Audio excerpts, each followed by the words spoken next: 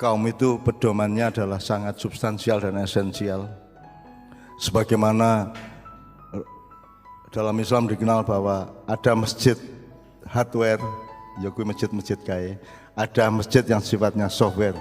Di mana saja engkau bersujud, di situ menjadi masjid kan gitu. Nah, ma'iyah saya kira adalah yang kedua itu. Di mana saja kita berma'iyah berarti Anda adalah bagian dari teritorial ma'iyah. Gitu. Itu kemudian teman-teman sekalian, nek saiki salah satu bayangan simulasi Rista tadi itu pada penghidupan kita masing-masing. Kita perlu mengidentifikasi, kalau yang saya kenal itu ada 4 level, iya, bisa dari diri sendiri dan keluarga dan seterusnya. Nah, ada 4 level walayah. Walayah itu kewalian atau wali-walinya Allah. Orang-orang yang menjelmakan Allah di dalam hidupnya, jadi disebut wali Allah itu.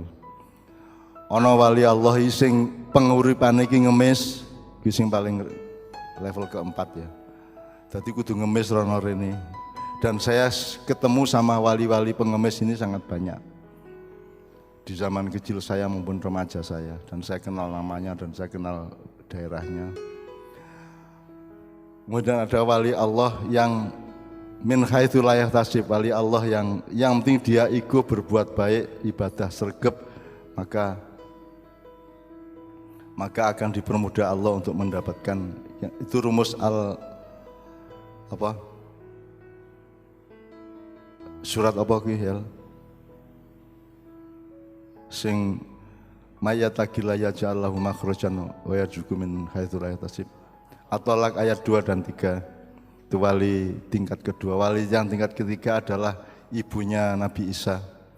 Jadi kowe iki urip ora urip karo keluargamu iki disuguhi karo malaikat Jibril langsung. Jadi sekarang ini kan kita mengalami kesulitan, ono sing sulit banget, ono sing sulit tok, ono sing agak sulit, ada yang mudah, tergantung tingkat kualitas walayah di dalam jiwa kita masing-masing. Nek kaya ibune Nabi Musa kan kudu lockdown di dalam kamar, ora tau metu nang ndi. Ning Jibril selalu datang membawa makanan sehari 3 kali. Apik banget to nek kowe karo anak bojomu ning omah wae njur Jibril teko ngeteri lotek gitu. Sambil YouTubean teko kiriman saka malaikat Jibril, kan apik banget. Tingkat yang tertinggi adalah tingkat khidir. Dia kun fayakun saja, pokoknya arep mangan apa mangan ning ndi kuwi sak karep-karepe dhek akan dikabulkan oleh Allah Subhanahu wa taala. Nah, teman-teman sekalian, kita berada di mana? Saya kira kita tidak akan mengemis-ngemis juga, tapi kita akan bekerja. Apapun saja yang bisa kita lakukan, kita tetap bekerja. Anda tahu saya sekarang sudah selesai penulisan buku puisi saya yang terbit selama corona. Sebelumnya sudah ada 2 buku, yang terbit baru 1, berarti ada 3 buku ya kalian. Jadi ini sekarang sedang di layout buku puisi yang saya tulis selama lockdown ini. Sebanyak 99 puisi plus 33 puisi. Jadi 132 puisi. Sekarang sedang di layout dan sedang ditimbang-timbang gimana hurufnya, font apa, terus judulnya nganggo hiasan piye itu sedang ditimbang-timbang. Nah, itu tidak menghasilkan uang teman-teman sekalian, tetapi kan saya membuktikan kepada Allah bahwa saya bekerja, bahwa saya melakukan apa yang Allah amanatkan, dan saya menyampaikan apa yang Allah titipkan, kan gitu. Nah, maka Allah akan membalas insya Allah min haitsu la yahtasib, karena rumus ayat At-Thalaq 2 dan 3 itu. Saya kira itu ekstra, bukan informasi ya, ekstra penglihatan saya aja bahwa ada 4 macam walayah itu, 4 level. Ada seorang wali di daerah Mojokerto di masa saya kecil yang kerjaannya itu pulang 1 bulan tapi pergi 1 tahun lah, kira-kira gitu. Nah, selama dia pergi dari pesantrennya itu dia mengemis kemana-mana, berpakaian sangat jelek, kumuh, dan dia kemana-mana mengemis, terus nanti bulan kesekian dia balik ke pesantrennya, terus nanti sebulan kemudian dia balik lagi mengemis lagi. Terus ada juga waliullah yang menjadi gelandangan di sebuah pasar di Pasuruan. Kemudian semua wali-wali yang lain juga mengenalnya, dan ketika dia tiba-tiba ada di Semarang, di Kendal, di sebuah pasar, dia disapa oleh wali yang lain, disebut namanya, terus dia marah. Asu bajingan, aku iki wis singidan ora karo-karuan malah kok sebut jenengku, nek ngono tak mati wae, wis mati deh. Apik ya Mas iki. Apik banget iki.